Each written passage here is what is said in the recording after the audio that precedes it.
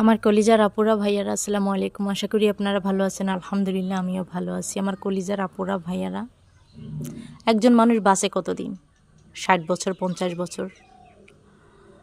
তো আমি যখন অনেক বেশি ঠকেছি মানুষের কাছ থেকে, তখন একদিন নিজে নিজে ভেবে দেখলাম, মানুষ আর কি ঠগায়, নিজেকে তো নিজেই ঠগায়।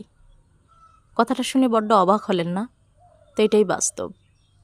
মনে করেন যে আমি 60 বছর বাঁচব পৃথিবীতে। আমার গড় আয়ু, বিধাতা আমার আয়ু দিয়ে রাখছে 60 বছর।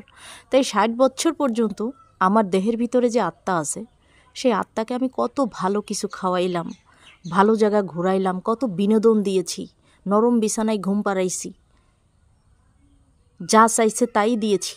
কিন্তু সেই আত্মা একদিন দেহ থেকে আলাদা হয়ে যায়, আমার খাঁচা অকার্য হয়ে যাবে, সে নতুন আরেকটা খাঁচায় ট্রান্সফার হবে। ভাবতে গেলে অবাক হয়ে যায়।